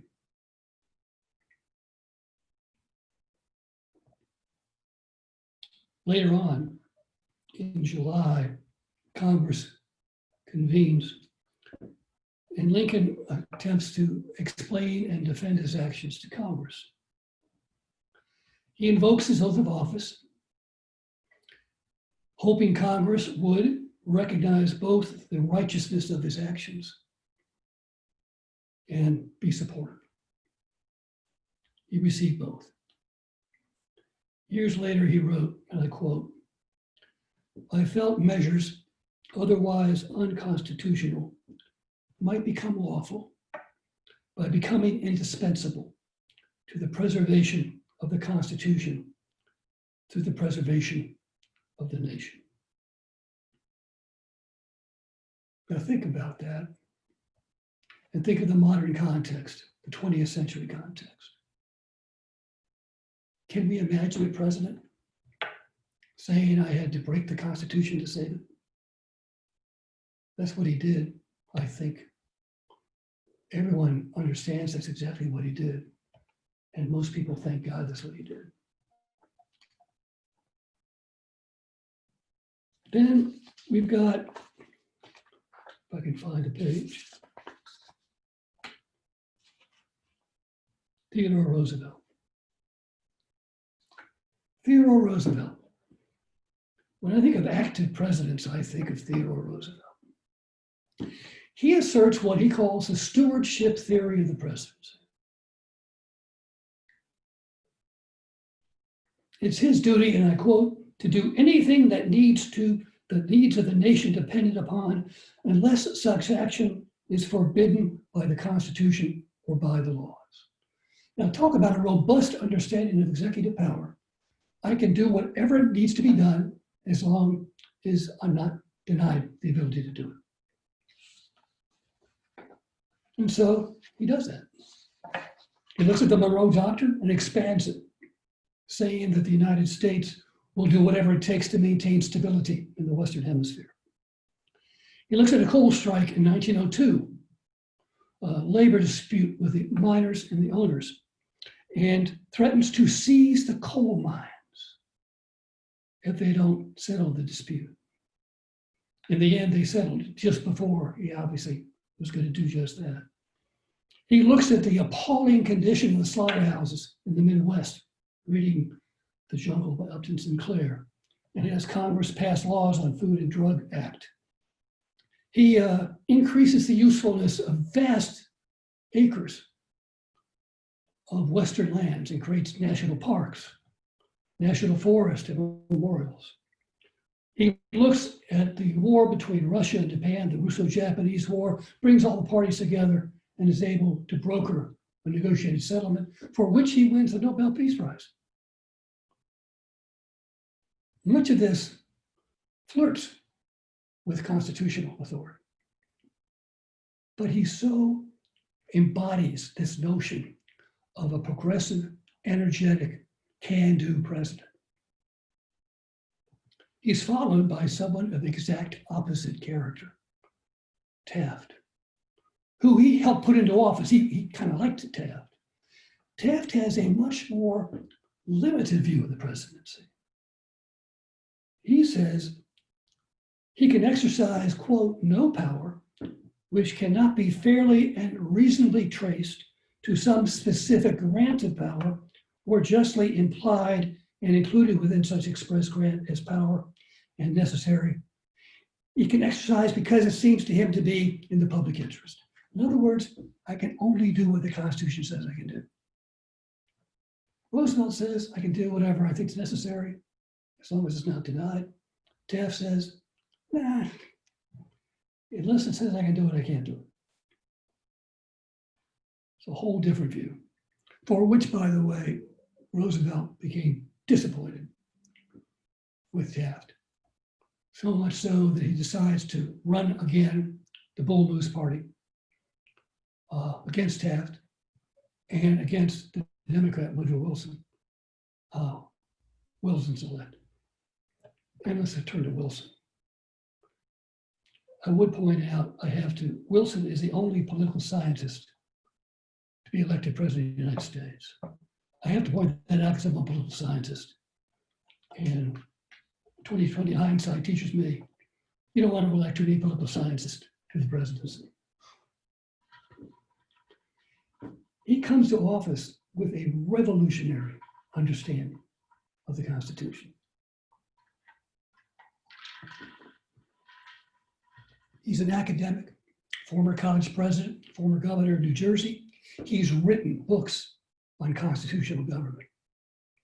His thesis dissertation was Congressional Government in the United States. His book, Constitutional Government in the United States, is a milestone in constitutional theory. He's an academic. He comes to office, and it is Wilson who introduces to the American people the idea of the living Constitution. We all seem to take it for granted now. People talk about it all the time. The idea is born, literally, by Woodrow Wilson. He says the vision of the framers of a limited government under separation of powers and checks and balances is a Newtonian concept, balancing institutions, right? Limited government. It's a vision that was right for them, but times have changed. We need a Darwinian vision of the Constitution.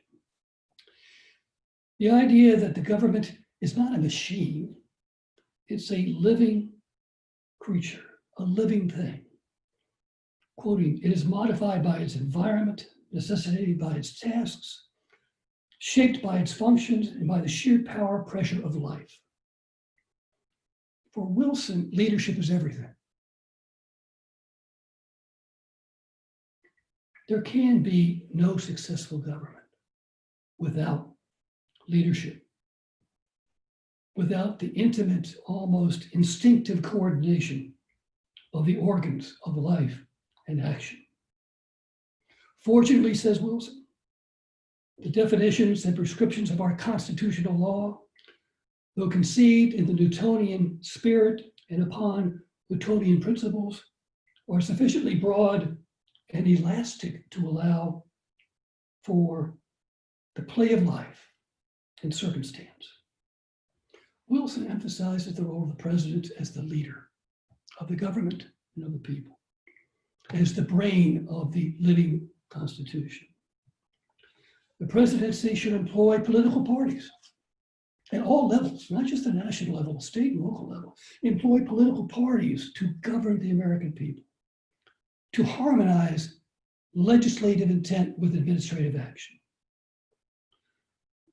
Most of the work of government shall continue at the state and local level, but under Wilson, a large, more progressive vision at the national level begins to take root. It is Wilson who really creates this notion of the living Constitution, and a Constitution of coordinating powers, of responding to changing events, a living Constitution that is not stuck in the past, but addresses the future.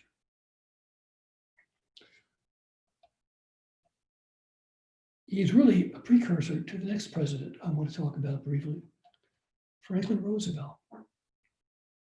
He takes Wilson's approach to the next level. He comes to office during the Great Depression, and he asserts the full force of the office to create the New Deal, to help transform the American economy and transform the American government during a time of crisis. He is the author of the modern administrative state, and he is a leader of the people. He talks directly to them, explaining what's going on, what needs to happen, helping them understand what he's attempting to accomplish. It's active leadership. It's important leadership. It's leadership that helps mold a consensus among the people. It's transformative leadership. And many of the things that Wilson wanted to pass when he was president come to fruition during Roosevelt's tenure. But there are some problems. The Supreme Court tends to strike down many of his critical initiatives under the New Deal. And Roosevelt's frustrated. So he lets out his plan to increase the size of the Supreme Court so that he is able to appoint to the court individuals who might share his vision of the Constitution and allow many of his initiatives to go forward. It's called the Court Packing Plan. As recently as this morning, it was being discussed on the talk shows. It's a very controversial idea. He basically says for every justice over a certain age, because they have life tenure, because they're of a certain age, we will appoint one, thereby increasing the size of the court, thereby increasing the possibility that the court will find constitutional what I'm doing as opposed to unconstitutional. It blows up in his face. It's just too far, too far. But it doesn't matter because at the end, the Supreme Court changes its mind and suddenly finds many of the New Deal uncontroversial proposals now controversial. It's called the switch in time that saved 9. Truman, I want to make sure I'm aware of time. How are we doing on time, all right? Truman was Roosevelt's really little-known vice president. he was hardly prepared for the presidency when it came to, I think he'd only met with Roosevelt maybe once or twice. He does a lot of things as president. He introduces the world to the atomic age with Hiroshima and Nagasaki. He introduces American troops and UN troops to conflict in Korea, trying to stop the expansion of communism. He does this with a UN resolution, not a congressional war, declaration of war. It's a conflict that years later ends in stalemate that continues to this day. Not a peace treaty, an armistice. During the war, he attempts to seize the steel mills, those companies that manufacture steel. There's a labor dispute going on between the owners of the mills and the employees. He feels that they're not producing enough steel. They're undermining the war effort in Korea because of the national interest and international interest of the United States. He orders the federal government to seize the mills. That's private property. It's not the last time. The Supreme Court, in a landmark case, says you have emergency powers, but they do not go to this extent. You cannot unilaterally seize this property.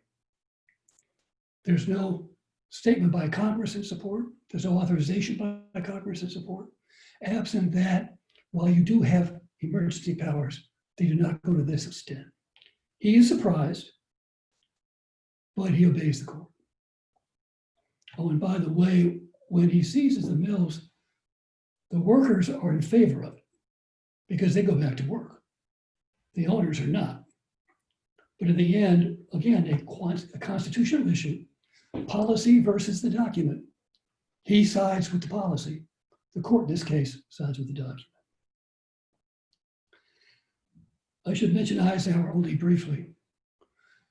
He's getting a lot of renewed analysis. He was the last of a generation, a wartime generation, an older generation. He was clearly there at the birth of the Cold War. He was clearly there at the birth of the modern administrative state. He is wary of the military-industrial complex. And most people don't know this, but if I'm right about what I've read, during his term in office, not one American soldier lost his life in combat. And he turned down the Congressional Medal of Honor, arguing that it should go to only soldiers who were actively engaged in combat. He was the commander of the armed forces. But he too, toward the end of his time, runs up against a foreign policy crisis of his own doing with the U-2 crisis. Spying, Congress didn't know about it. Much of the State Department, Defense Department didn't know about it. And it becomes, at the end of his career, as president anyway, somewhat of a serious mistake and a diplomatic challenge. Of course, he's followed by Kennedy, a next generation president. And I think of Kennedy, I think of his huge ability to use the office rhetorically to accomplish great things. Many of his major initiatives were in his speeches. The Peace Corps, Man on the Moon, Civil Rights, Cuban Missile Crisis, Bay of Pigs. The Bay of Pigs early on was almost his undoing.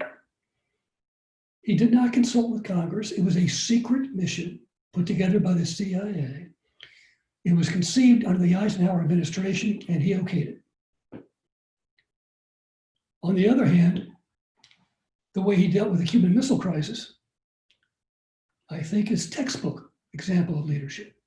But again, going back to the executive, he was decisive, but it was secret. He had a small group within his administration, nobody in Congress. very small group that he listened to in putting together his response to the crisis. He did not follow the recommendations of the military. Lyndon Johnson, the second New Deal, really changed the nature of American government. But one of his great blots on his record is the fact that he used what we now know because of documents that were released a couple of years ago, that he took what was a relatively isolated event in the Gulf of Tonkin and used it as a declaration of war in Vietnam. We know from unclassified documents, early on, Johnson was told that US forces had been attacked by forces from North Vietnam. And so he asked Congress for a resolution authorizing Americans' defense of themselves in the Gulf of Tonkin. Very limited, very specific. We know now that that attack probably never took place. The evidence is that the weather at the time, the pilots looking at the Gulf, there's no hard evidence that the attack ever took place. Having said that, he used that one resolution to create a multi-year conflict in Vietnam.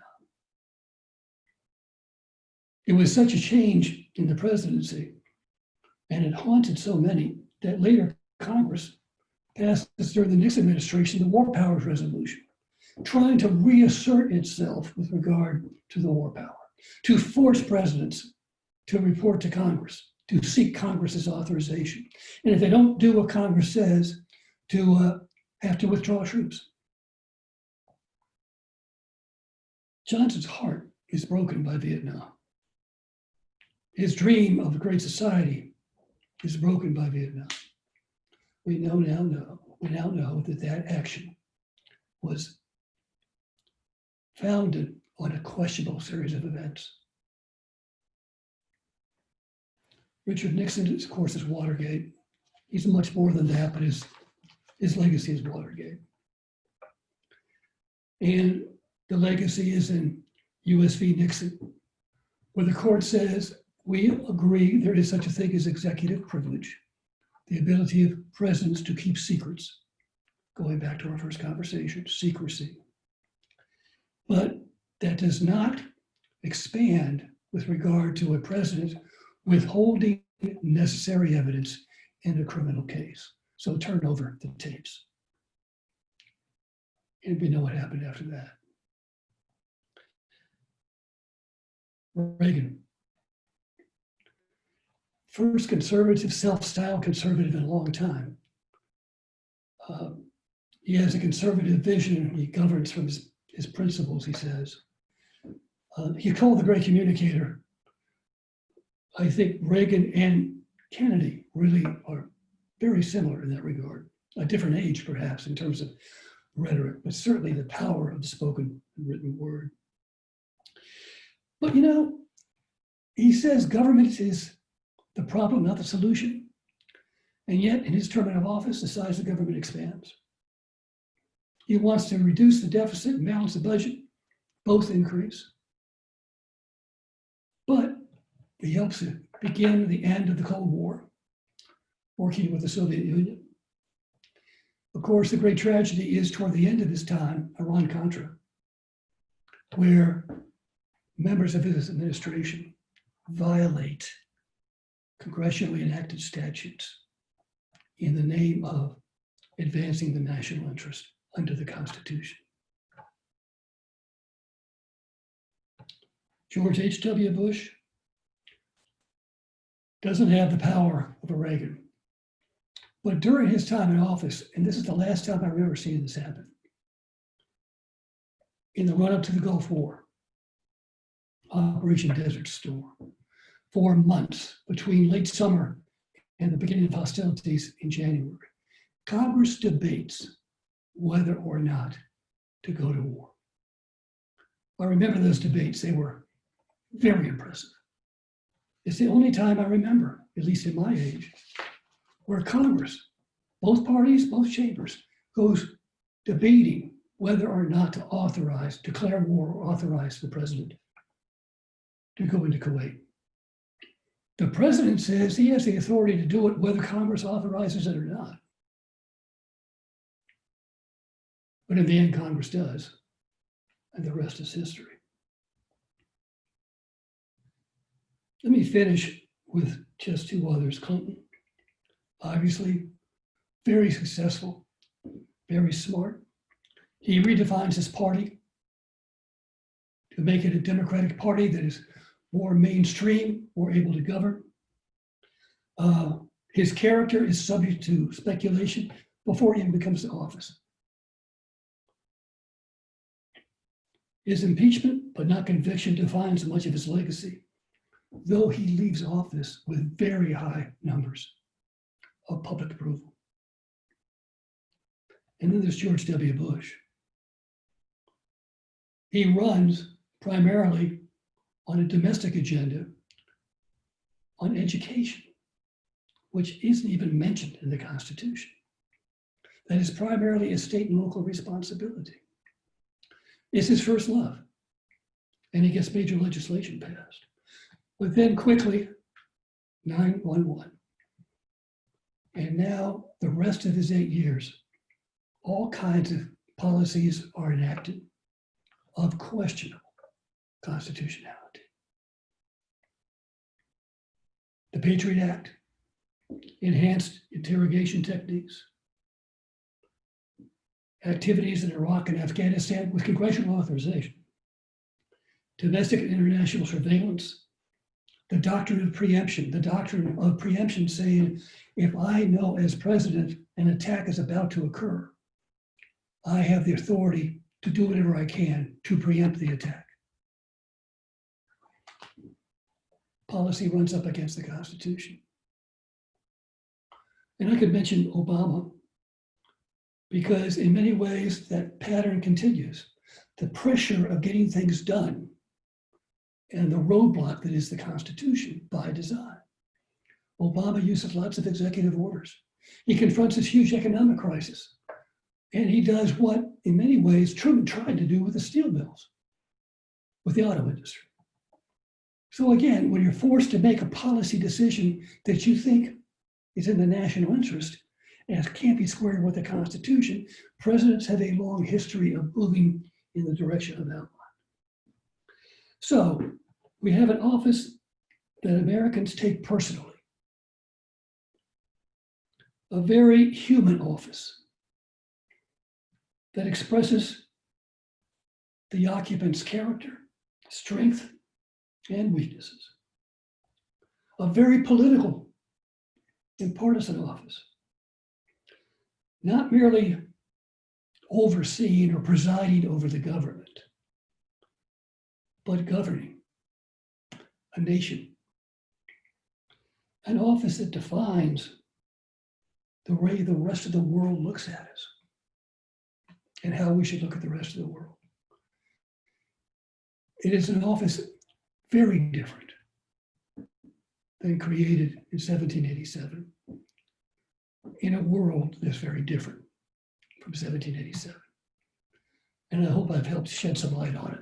Any observations or questions or comments, please? All right, so Jean, we have a couple questions that were asked earlier, and I want to make sure we get a chance to address them. So the idea of the peaceful transition of power. So earlier you mentioned that was something that Washington set as a precedent, but was that a discussion or expectation prior to the Washington administration? So in other words, did it just happen, or was there some sort of plan? That was Washington's decision. He actually wrote a draft. Actually, I think Madison wrote the draft of a farewell address he was going to deliver at the end of his first term. And he decided somewhat reluctantly to stand for a second term. And then he returned to Madison's draft, and I think Hamilton also contributed.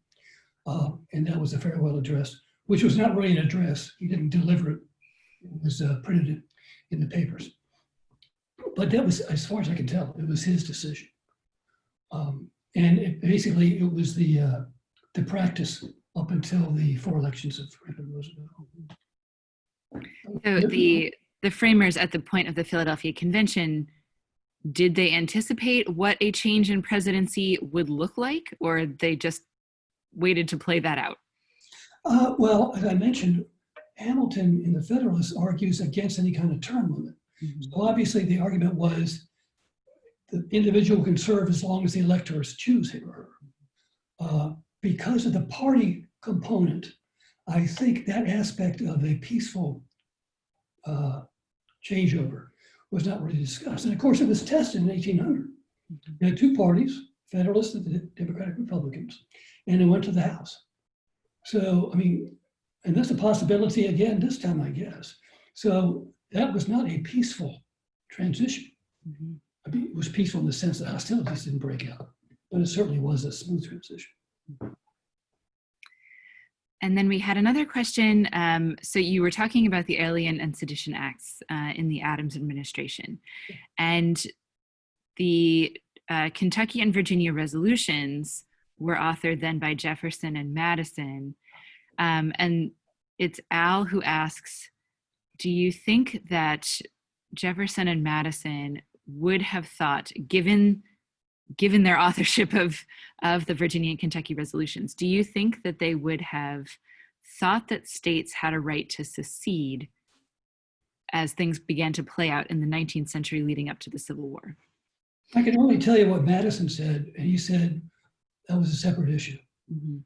That the idea of the resolutions was to state the states on record, the state's position that this particular piece of legislation was unconstitutional.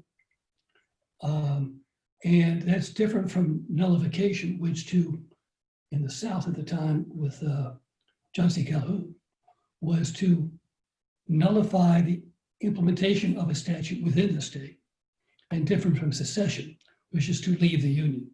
So Madison argued it was different. But what I like about those 2 resolutions, I think it's a good idea for states to go on record when they think the national government is at odds with the Constitution. I think one could argue they have an obligation. So that's not nullification and it's not secession. It is merely a statement of constitutional interpretation. That should get me in trouble. It's an interesting place that we could potentially leave it. I'm trying to make sure that I remember. So someone has also asked, would you please discuss how the Constitution envisions oversight and limits of power pertaining to war making? So that also gets back to what you were referencing before with regards to the president's powers of making treaties and the option of being neutral. So what is the constitutional oversight with regards to the president's neutrality powers? Congress, as we know, has the authority to commit the U.S. to war. It can do so with a declaration, or it can do so with an authorization of military force, which it does quite frequently, etc. It also has the oversight of the military and of all the executive branch agencies, defense and state. It has the power to call up the military to write legislation on the structure, rules, and regulations of the military, to create an army and a navy, et cetera, et cetera. So it has extensive powers. The challenge you've got if you're in Congress is once a president sends troops out, it's very difficult to undermine the commander-in-chief. I mean, it's really difficult. The War Powers Act basically says once a president commences hostilities, he has 90 days with which he has to come back to Congress and confer. And then they have to reauthorize another 90 days. So it's a very tough issue for Congress to deal with once it's taken place. But Congress has the authority, even through the budget, to have a lot more power over the military than it uses. Excellent. Well, so we have, I think, managed to get to all the questions that are in the chat box, and we are a little bit over time. So I think we'll maybe wrap things up there for today. But everybody, thank you so much for participating today. We have been recording the session, and we will send you a link to be able to access the recording later on. So if there's something you want to go back and review, you certainly can. And then we would encourage you to come back next month. So the October 18th Constitution 101 will be hosted by Alex Kesar of Harvard University. He is a preeminent scholar on voting rights in the United States. And so he'll be here on Sunday, October 18th, and he'll be discussing in more detail the Electoral College, which is always a subject of great controversy, and certainly going into the election month in November, all the more so. So we certainly hope to see you all back for that particular event. But for today, Jean, thank you so much for your discussion today. Really appreciate your time, and certainly have learned a lot. So thank you so much, and we'll see everybody hopefully soon. Thanks all. Thank you.